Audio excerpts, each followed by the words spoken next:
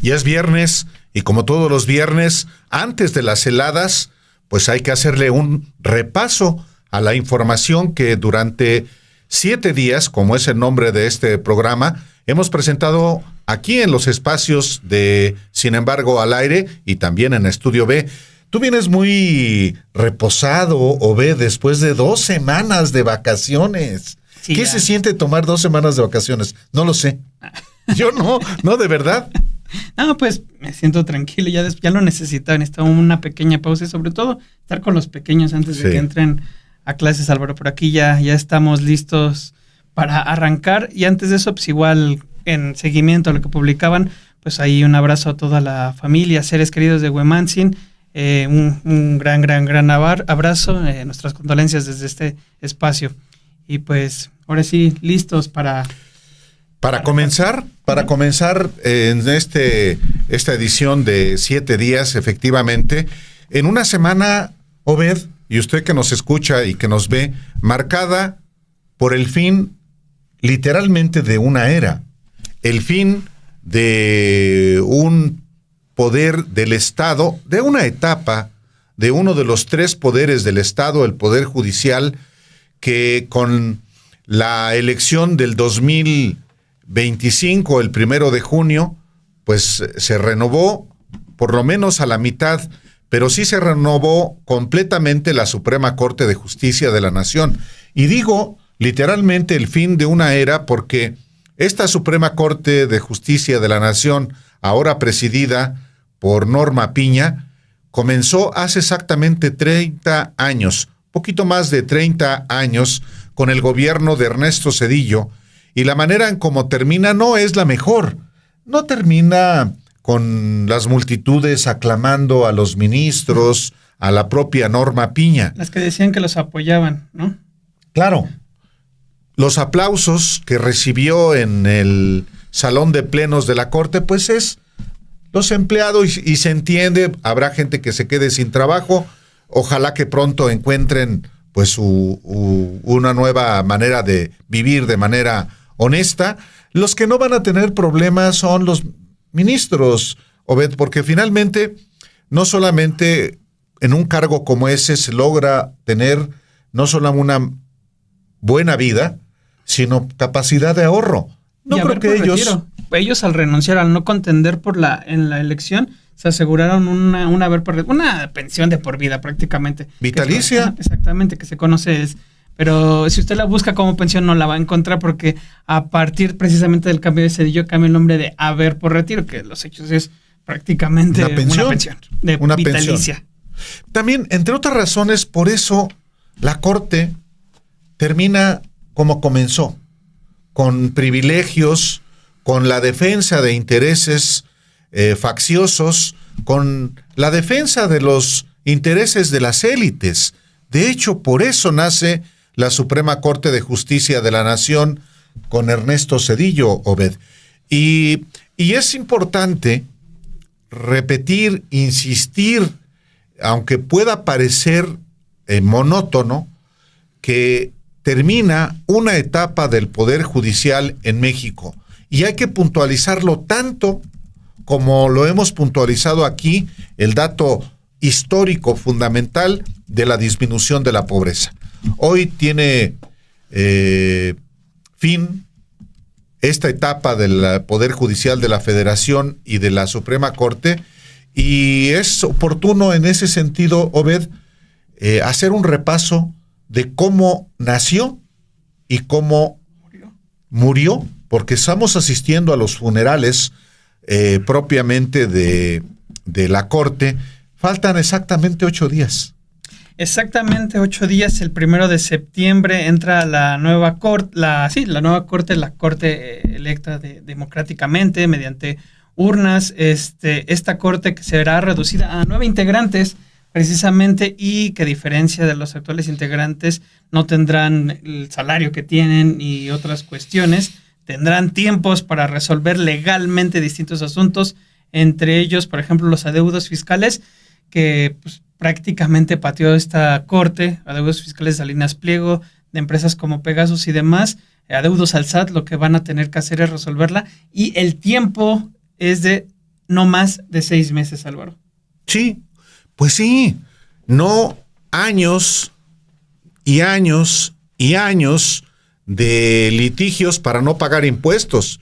El caso de Ricardo Salinas Pliego va a definir también cuál es el rumbo de la siguiente Suprema Corte de Justicia de la Nación, que nace para defender los intereses oligárquicos y termina defendiendo esos intereses oligárquicos. Y si te parece, Obed, vamos a este reportaje, este primer tema del día de hoy, y volvemos.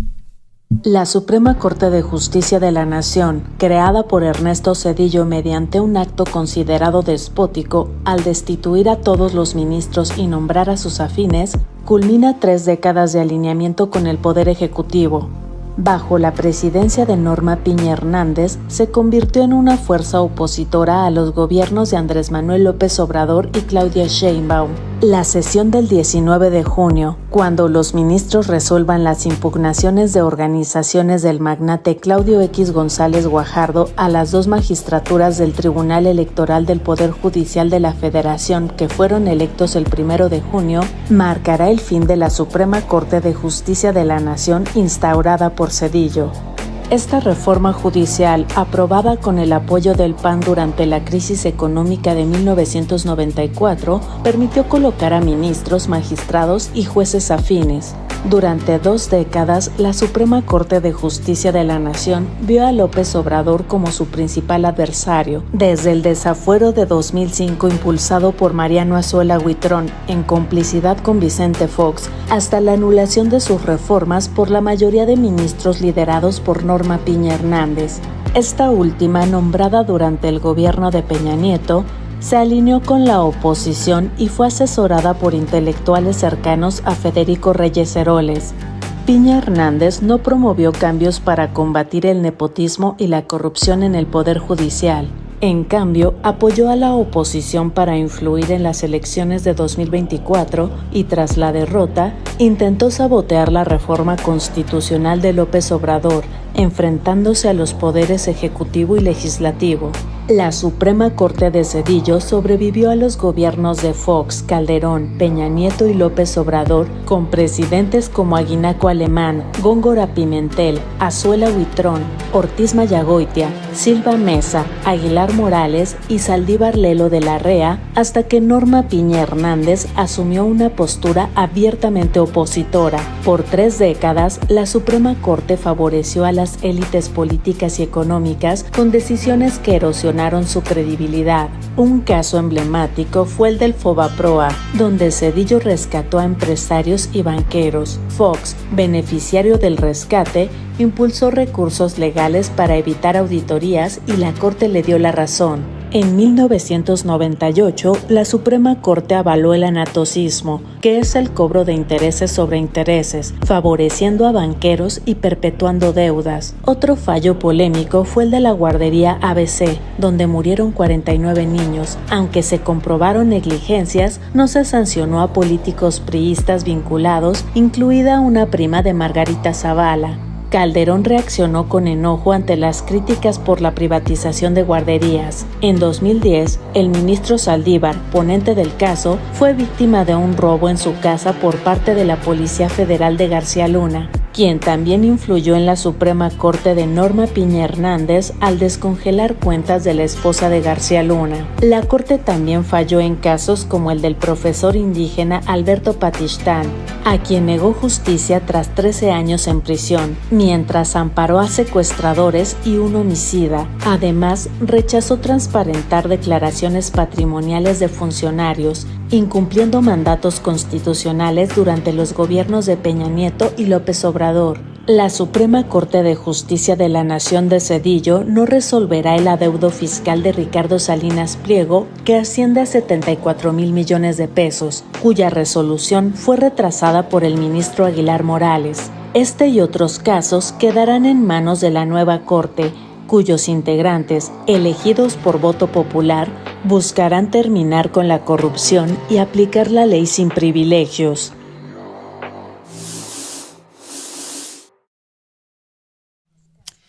Pues bien, precisamente para hablar sobre este balance del cambio de corte, de la corte que herencia del cedillismo, la corte neoliberal, la corte de unos pocos que se mantuvo así durante mucho tiempo. Ustedes, Álvaro, tú y Alejandro Páez Varela hablan con la ministra Lenia Batres Guadarrama, quien precisamente es una de las actuales integrantes de este máximo Tribunal de Justicia que participa en la elección de junio pasado, que resulta electa, es la segunda más votada después de Hugo Aguilar, el que va a ser el ministro presidente, y ella les hace una especie de análisis de lo que fue esta corte, en lo que terminó y sobre todo de algo elemental, lo que quiso llevar a cabo la ministra presidenta Norma Piña Hernández, este golpe judicial, este golpe institucional en distintas medidas, ya lo denunciaban como corte, legislaban, porque los hechos hicieron eso, legislar distintas cuestiones y sobre todo queriendo echar atrás la reforma judicial. Sí, es pertinente hacer una evaluación de lo que fue no solamente el periodo de la Suprema Corte de 30 años, sino en esta etapa final de Norma Piña, que como no había ocurrido antes, se convirtió efectivamente en opositora del Ejecutivo. Entonces, por supuesto que la evaluación se va a hacer en diferentes ámbitos. Habrá, como hay, quien está diciendo, es que fue Norma Piña la que preservó los derechos de los mexicanos, defendiendo la independencia judicial. Bueno, esa es una visión, esa es parte de la valoración que se hace desde la derecha sobre la corte que estamos asistiendo a su funeral. Pero también hay que hacer la valoración crítica y obviamente quienes desde dentro asumieron conductas diferentes, pues también es importante escuchar. Por eso Lenia Batres Guadarrama fue una ministra que sí asumió posiciones diferentes a partir de que fue impulsada por el entonces presidente López Obrador. La Corte en la Senado no alcanzó la mayoría. Su característica es que fue designada como también establece la Constitución por el Ejecutivo Federal. Y tenemos la posibilidad de hablar con Lenia Batres porque es una visión desde dentro de la Corte y es una opinión que tan importante es como las que defienden a Norma Piña y que tienen sus razones para defenderla. Escuchemos. Sí, yo creo que hubo varios momentos muy peligrosos. Uno, por supuesto, busca descalificar al presidente electo y en ejercicio, en funciones, a través de estos signos de desprecio pues institucional que nunca antes vistos, un maltrato y una relación absolutamente innecesaria en un primer momento y por supuesto pues después ya estar tomando estas resoluciones a todas luces inconstitucionales.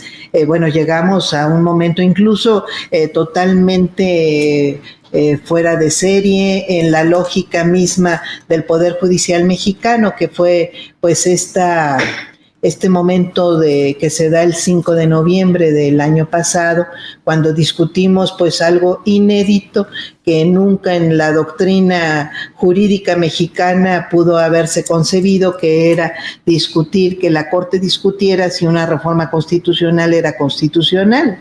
Esto lo tuvimos resuelto y creo que afortunadamente lo seguimos teniendo resuelto.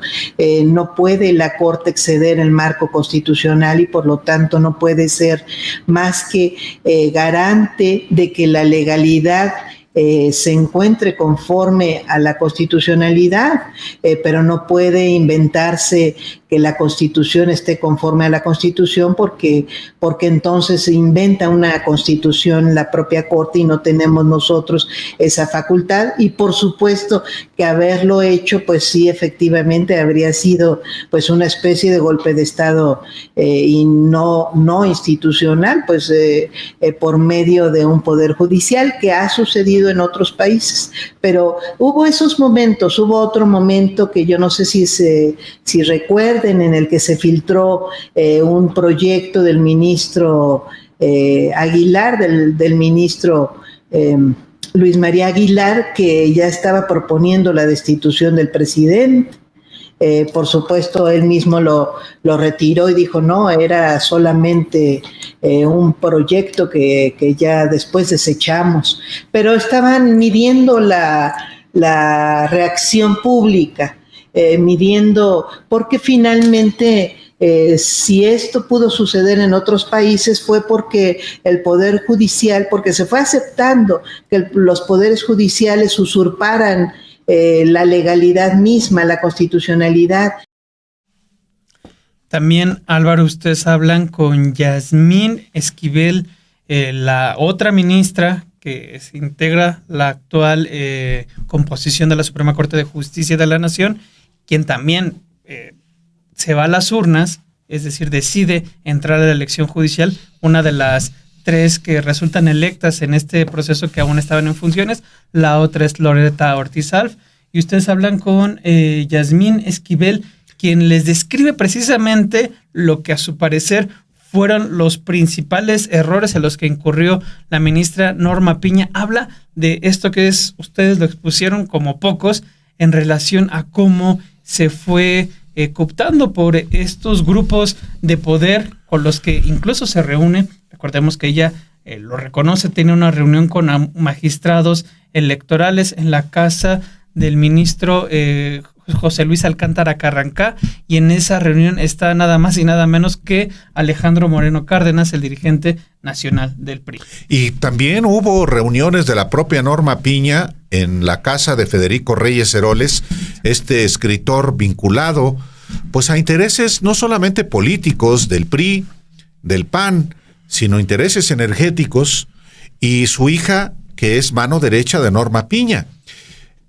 Por supuesto, nos hubiera gustado, Obed, y usted que nos escucha y que nos ve, hablar también con Lainez Potisek, o hablar con la propia Norma Piña, o hablar con otros ministros de la Corte, incluyendo aquellos que fueron propuestos por Andrés Manuel López Obrador, como González Alcántara Carrancá, o la ministra Margarita Ríos Farjat, con la propia Loreta Ortiz Alf. Exacto. Varios de estos, o las ministras y el ministro propuesto por López Obrador, asumieron una conducta muy semejante a los ministros del PRIAN. La evaluación que ellos hacen sobre lo que fue esta corte, pues lo han estado haciendo en otros medios. Y está bien que lo hagan, que lo hagan. Nosotros le presentamos aquí la evaluación de quienes están dispuestos a hablar al respecto. También, en buena medida, revelan qué intereses representan esos ministras y esos ministros. En fin, pero esa es la voz de una ministra de la Corte, de Norma Piña, que fue propuesta también por el expresidente López Obrador y que va a estar en la siguiente corte. Escuchemos. Primeramente, Álvaro, creo que al principio de la presidencia de Norma Piña, además de las fallas de carácter político, creo que ella se dejó llevar por el canto de las sirenas al inicio, pero después se dejó cooptar por un grupo de conservadores, un grupo de personas que le asesoraban, donde le decían que su posición debe ser en contra del presidente, que no debía haber diálogo, que no debía haber coordinación, que no debía de haber ninguna relación con el presidente ni con los poderes. También otra cosa que se sucedió y que lo vimos todos fue esos mensajes totalmente inadecuados al presidente de la mesa directiva del Senado, en aquel entonces el senador Armenta, ahora gobernador, esa serie de mensajes totalmente inapropiados. Aquella carta que expide y le envía al presidente López Obrador, donde dice que el dinero de los recursos que se tienen en los fideicomisos del Poder Judicial Federal se van a dedicar a las víctimas del huracán Otis, otra de los errores, y miente, porque nunca se destinó ese dinero a las víctimas y las personas que lo requerían en ese momento del huracán Otis. Entonces, todo esto efectivamente abrió un expediente varios para revisar la reforma al Poder Judicial. Quiso y lo hizo de 1000 formas tratando de evitar que esta reforma judicial se pudiera dar un paso adelante. No lo logró.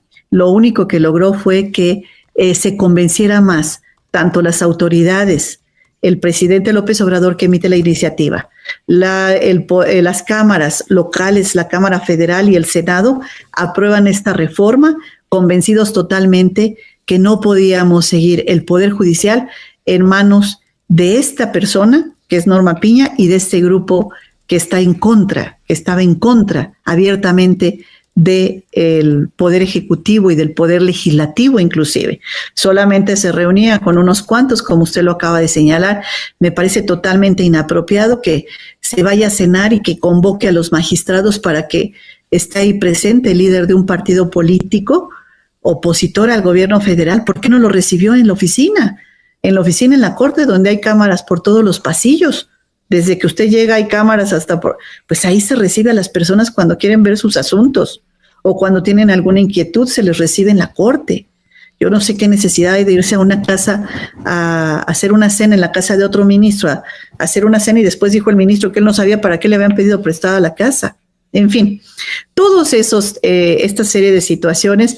Y pues hoy yo le puedo decir que el ambiente en la Suprema Corte de Justicia de la Nación es un ambiente de tristeza, de desolación, bueno, porque ya se va este grupo y el 1 de septiembre llega con renovados bríos una integración de la Suprema Corte, por cierto, muy unida. Hemos tenido 4 sesiones donde hemos platicado acerca de número 1 que me parece fundamental, los acuerdos generales que tenemos que aprobar para que el trabajo de la Corte no tan solo continúe, sino se eficientice, se haga un trabajo realmente profesional, adecuado, correcto, de acuerdo a las expectativas de los ciudadanos. El otro entrevista, todas estas entrevistas son importantes porque se dan en un periodo, en lo que estamos conociendo prácticamente como los funerales de la vieja corte neoliberal y la entrada de la nueva corte. En este camino, lo que ocurre y da lugar es precisamente un proyecto que tal vez no se le dio tanta difusión, pero fue importante. Estamos hablando del tribunal el proyecto que se discutió en el Tribunal Electoral del Poder Judicial de la Federación el miércoles, un proyecto elaborado por el magistrado Reyes Rodríguez Mondragón, muy cercano a Felipe Calderón y a Roberto Gil Suart. Trabaja de hecho para ambos. Él llega como magistrado y ya había operado, recordemos que él era el presidente del Tribunal Electoral, y los magistrados, Mónica Soto, la que es la magistrada presidenta, el otro magistrado Felipe de la Mata Pizaña y el otro magistrado Felipe Barrera, lo sacan, hacen todo lo posible para que él renuncie a la presidencia, denunciando que había permitido la injerencia de despachos de abogados dentro del Tribunal Electoral. Despachos de abogados como los que tiene, ya después es algo que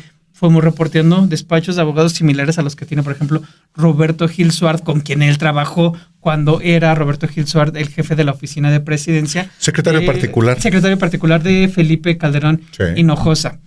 En ese sentido, todo este contexto es importante porque el Reyes Rodríguez Mondragón prepara un proyecto en el cual dice que el uso de los acordeones fue determinante en la elección judicial y que por lo tanto se tendría que haber anulado. Si usted no vio la discusión, uno de los que interviene, Felipe de la Mata Pizaña, prácticamente destruye el proyecto al hacer una serie de cuestionamientos, particularmente al demostrar que lo que presenta Reyes Rodríguez Mondragón en este proyecto para anular la elección de los ministros de la Suprema Corte de Justicia de la Nación prácticamente era un proyecto sin pruebas, Álvaro.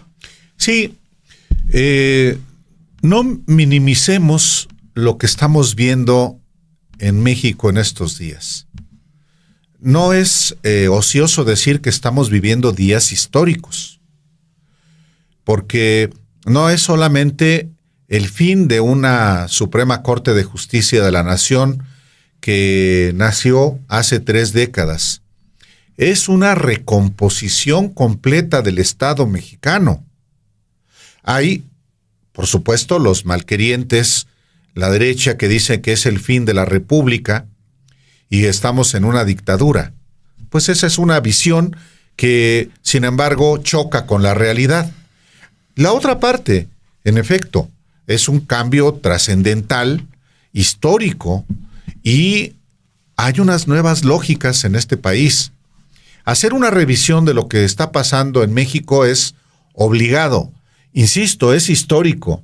Ahora que a mí me tocó vivir, ya estoy viejo, como periodista y como ciudadano, el nacimiento de aquella corte en un contexto, Obed, que muchos no habían nacido de la gente que nos ve, o que estaban buscando salvar lo que tenían en medio de una crisis brutal, la de 1994-1995. En ese contexto nace el nuevo Poder Judicial de la Federación, que ahora llega a su fin. Nace también en medio de una crisis política derivada de 2 elecciones estatales, no solamente la de Zedillo, sobre todo la elección del 20 de noviembre de 1994 en Tabasco. Ese fraude electoral de Roberto Madrazo contra Andrés Manuel López Obrador, que por primera vez en la historia implica la demostración de un despilfarro multimillonario para ganar la gubernatura de Tabasco.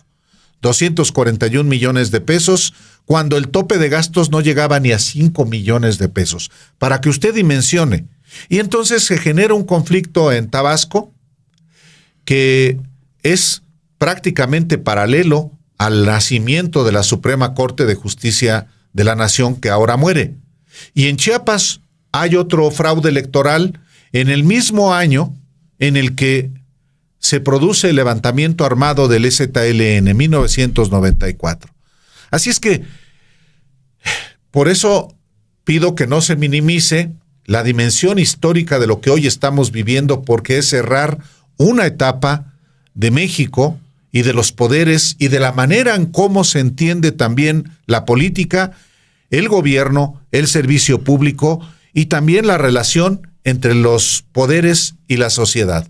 Y en ese sentido, revisar cómo llega a su fin el Poder Judicial y la Suprema Corte, pues es obviamente obligado, sobre todo porque este magistrado, Felipe de la Mata Pizaña, alude a cómo por primera vez en la historia de México se pide anular una elección sin elementos, pese a que en 2006, por ejemplo, sí los hubo y no se hizo. Hubo una nulidad de la elección, una elección que se anuló, que fue de la de Tabasco, 6 años después del fraude de 1994, y se anuló por las mismas razones, porque hubo fraude electoral. En el año 2000, el coordinador de la campaña del PRI, que fue anulada, era Adán Augusto López Hernández, el hoy coordinador de los senadores de Morena. Fíjense cómo da vueltas la vida. Pero, volviendo a lo que nos ocupa en este día, pues Felipe de la Mata Pizaña, magistrado de la Sala Superior del Tribunal Electoral, hace esta evaluación también. Es decir, se trataba de un expediente en el que no existía prueba alguna que pudiera llevar a la conclusión de la existencia de esta especie de, ¿cómo decirlo?, de, pues, estrategia, como dice el proyecto, estrategia sistemática, generalizada e ilícita, que por cierto, a juicio de los ponentes, llevaban la nulidad de la elección. Pero hay que recordar, por ejemplo, que en toda la historia del tribunal solo se han anulado 73 elecciones. Solo 73. Nunca una de tipo nacional. Esta es la primera vez que se propone anular una elección nacional.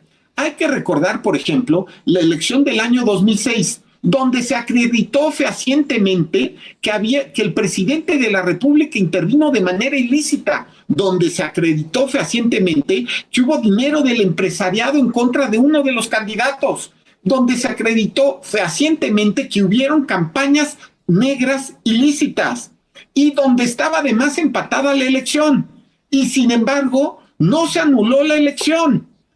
¿Qué tenían de especial estos acordeones que eran como papeles mágicos que hipnotizaban a todas las personas y que hacían que perdieran su juicio y votaran necesariamente por las personas que estaban en el acordeón? Y todavía es peor, cuando los acordeones no eran iguales entre sí.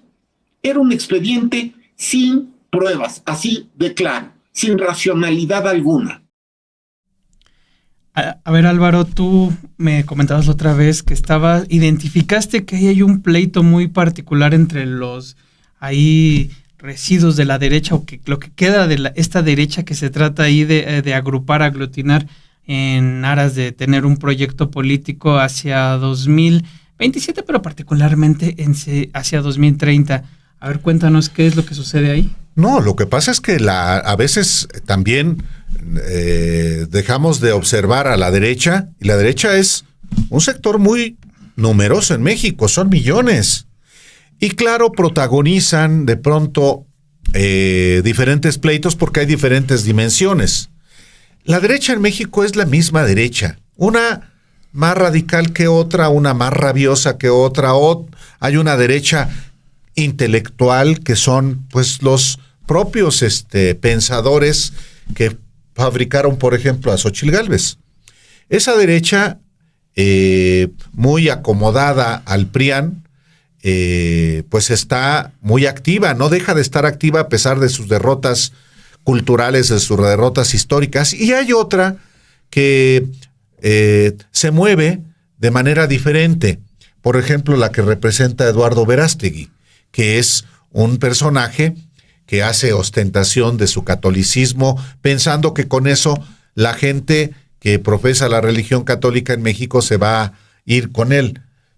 Bueno, si así fuera, hubiera sido candidato presidencial en 2024, ¿no? Totalmente.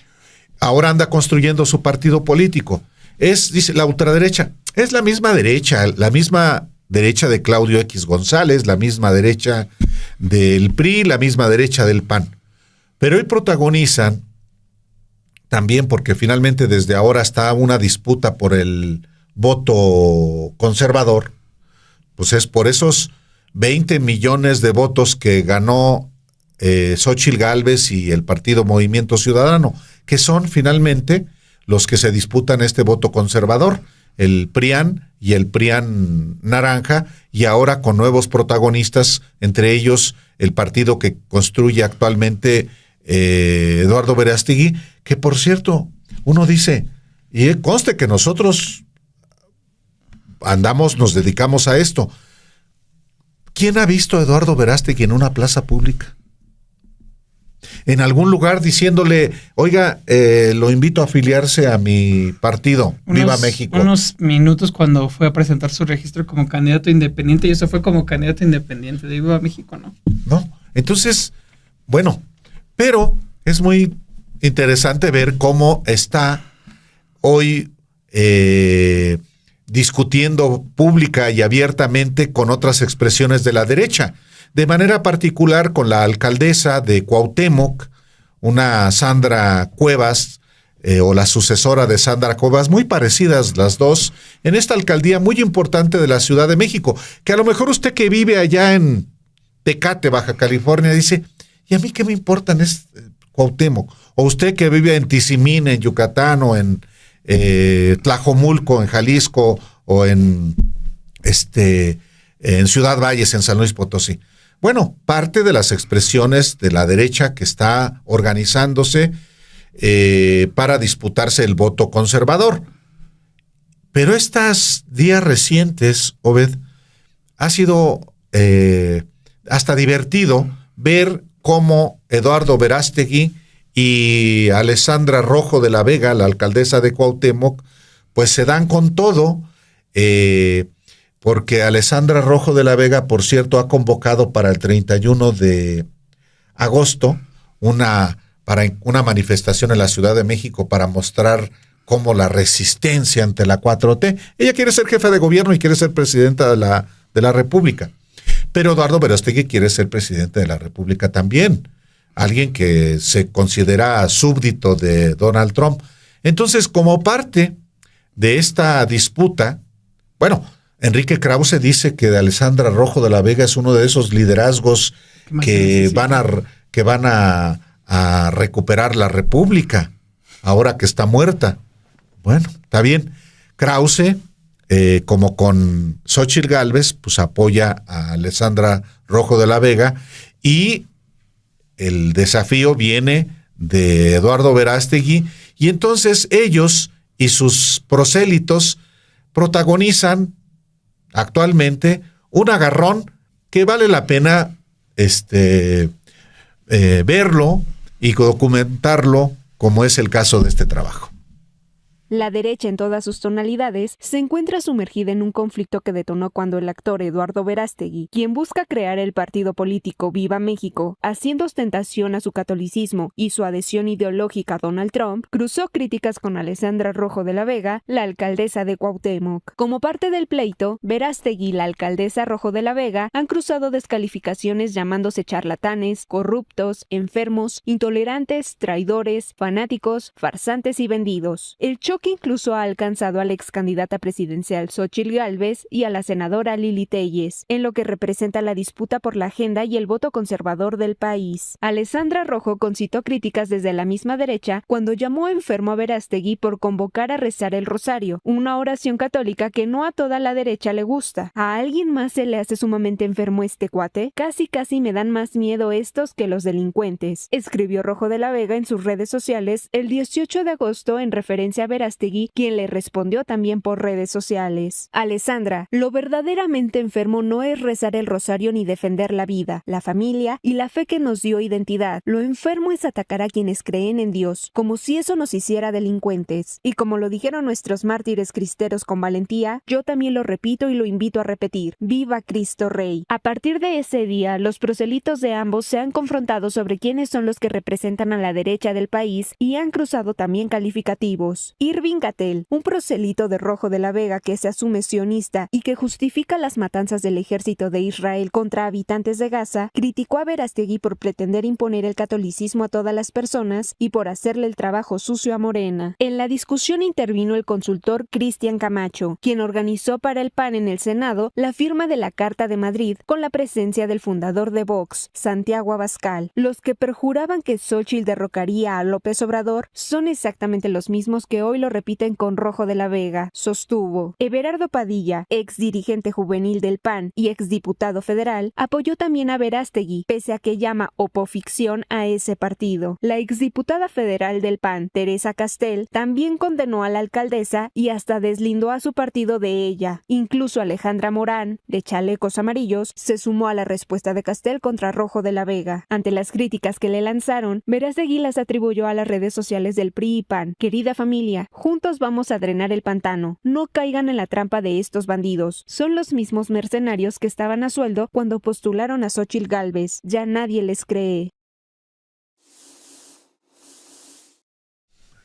Álvaro, tú publicas, das cuenta de cómo Pablo Antonio Jiménez Pons, quien es yerno del fugitivo Hernán Bermúdez Requena, el que fue el responsable de seguridad a lo largo de 6 gobernadores, o que estuvo ahí involucrado en distintas tareas, colaborador de 6 gobiernos en Tabasco, jefe criminal de la Barredora. Pues bueno, su yerno, dices tú, publicas, renuncia a la Dirección General de Planeación Sectorial de la Secretaría de Ordenamiento Territorial y Obras Públicas del gobierno de Javier May en Tabasco. Es decir, el yerno del líder de la Barredora estaba trabajando en el actual gobierno de Javier May. Sí, efectivamente dimos a conocer esta información a partir de que publicamos también la carta de renuncia de este muchacho que se casa con la hija de Hernán Bermúdez Requena, prófugo desde febrero de este año 2025. Se casan en enero y en febrero obviamente el suegro Hernán Bermúdez Requena asiste a la boda y en febrero huye de México por ser señalado de ser el fundador y el jefe del grupo criminal La Barredora.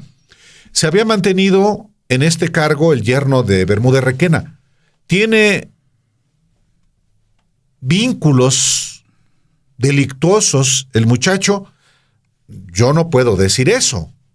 El asunto es que presenta esa renuncia a partir de que, pues, tiene una relación con un fugitivo y políticamente, pues decide él, pues ahí nos vemos.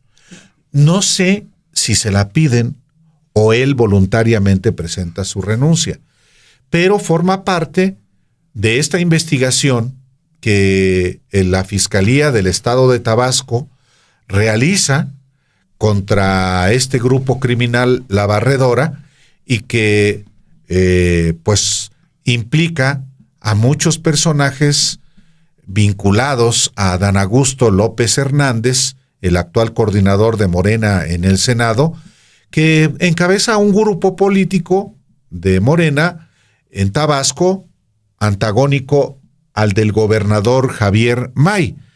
Y es en este contexto en el que este muchacho, que había sido subsecretario en el gobierno de Adán Augusto López Hernández en Tabasco, pues renuncia.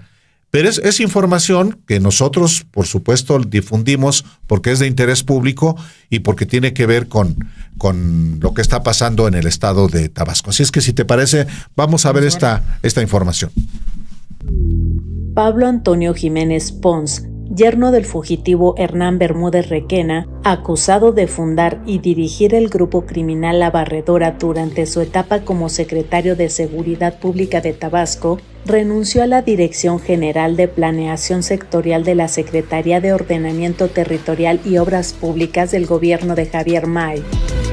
En su carta de renuncia, fechada el 22 de julio, efectiva desde el 1 de agosto, Jiménez Pons manifestó: "Es mi voluntad dar por terminada la relación de trabajo que me unía a dicha dependencia. Esta decisión se produce en medio de la captura de presuntos cómplices de su suegro, quien fuera nombrado secretario de Seguridad Pública de Tabasco en 2019 por Adán Augusto López Hernández".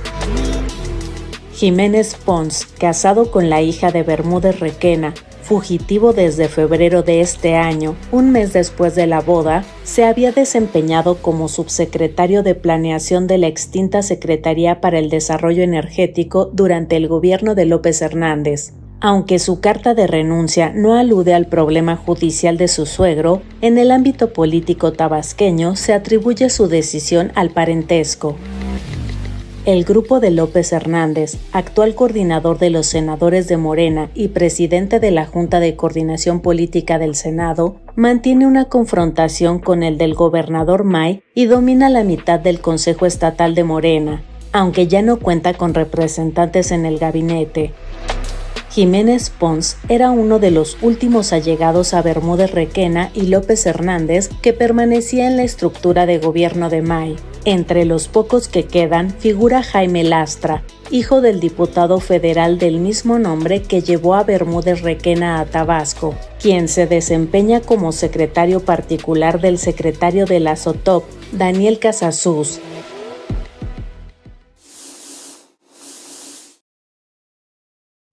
Estamos riéndonos porque efectivamente es pues ve uno las lógicas locales también, las disputas por el poder y las luchas de grupos.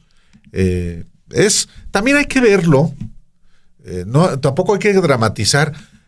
Las luchas de intereses, las luchas por el poder son parte de la democracia. Pues sí, eso también hay que verlo como parte de un nuevo fenómeno. Hay quienes representan intereses, sí, todos tenemos intereses. El asunto es que esos intereses de pronto chocan. ¿Cómo se resuelve el choque de intereses? Pues se resuelve con base en la ley, se resuelve también en democracia. También eso tenemos que irnos acostumbrando en México.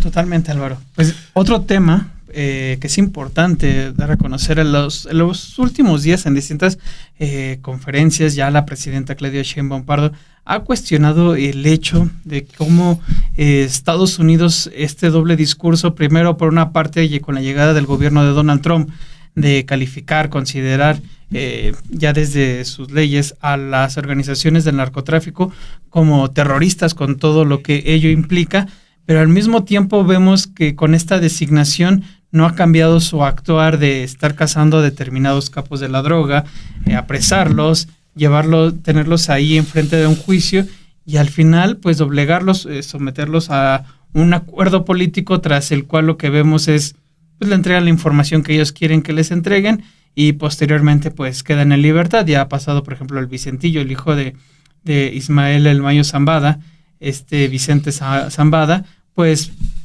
es uno de los que declaran en el caso que se lleva contra Joaquín El Chapo Guzmán, y lo que vemos y sabemos él es que ya está libre. El otro es Sergio Barragán el Grande, mismo caso, un narcotraficante asesino demostrado aquí en México, capturado, lleva a Estados Unidos, termina como colaborador, se le libera, y como ese caso pues también podemos estar hablando de otros más, el propio Ratón y el hijo de Ovidio Guzmán, el hijo de Joaquín El Chapo Guzmán, también se acogió a colaborar con las autoridades de Estados Unidos, y más recientemente Ismael El Mayo Zambada, de cuyo traslado aún no se ha especificado en qué circunstancias se dio, pues él denunció haber sido secuestrado aquí en México y luego termina siendo trasladado allá a Estados Unidos. Pues bueno, al final él también termina colaborando con un país que dice ir contra los principales narcotraficantes, pero que los hechos pues se sienta a negociar con ellos para después dejarlos en libertad, Álvaro. ¿A cambio de qué Estados Unidos deja en libertad o mejora las condiciones de reclusión de narcotraficantes mexicanos?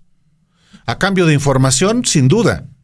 A cambio también de dinero, porque no se nos olvide, ¿dónde lava dinero el narcotráfico? En México sí, pero también en Estados Unidos.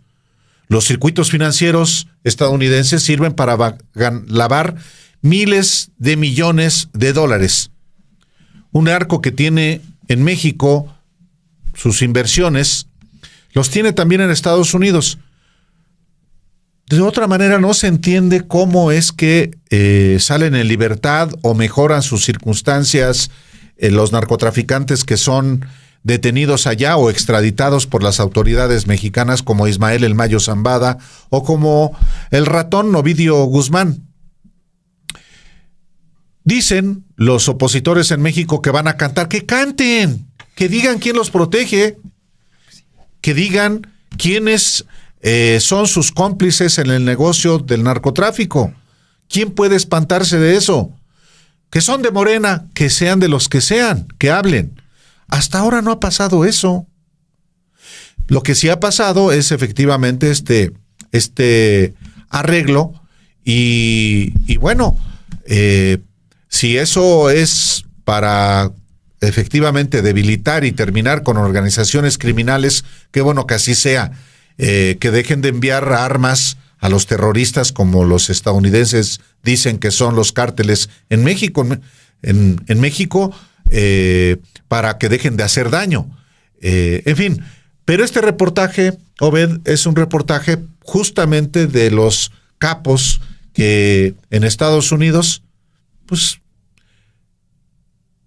llegan, están un rato en prisión y quedan libres. Así, tal cual. Y pues, Álvaro, con este video los estaríamos dejando y estaríamos ya llegando al final de otra transmisión de 7 días. Ahora sí que después de 14 días que no nos acompaña, pues ya estamos aquí de regreso. Sí, hombre, pues vienes bien descansado. Sí. Uno aquí trabajándole. Bueno, lo dejamos con este reportaje y gracias, lo espero hoy a usted a las 6 de la tarde y nos vemos pronto, Obed, aquí. Hasta luego. Hasta pronto. Bajo la justificación de los llamados acuerdos, el gobierno de Estados Unidos ha concedido beneficios a varios de los narcotraficantes mexicanos más peligrosos, entre ellos el Mayo Zambada, el Rey Zambada, el Vicentillo, el Ratón y el Grande. Algunos de estos capos lograron evadir la justicia gracias a que aceptaron declararse culpables y cooperar con las autoridades de la Unión Americana.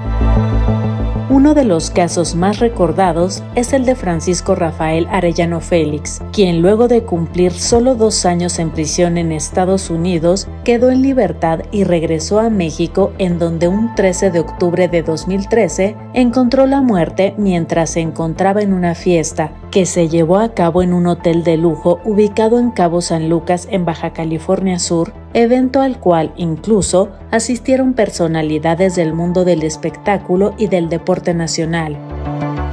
El más reciente acuerdo de este tipo es el de Ismael El Mayo Zambada García, ex líder del cártel de Sinaloa, quien después de librar la pena de muerte en manos del gobierno de la Unión Americana, se prepara para declararse culpable de los cargos de narcotráfico en ese país, hecho que confirmó el propio Brian Cogan, juez del Tribunal de Distrito de los Estados Unidos para el Distrito Este de Nueva York.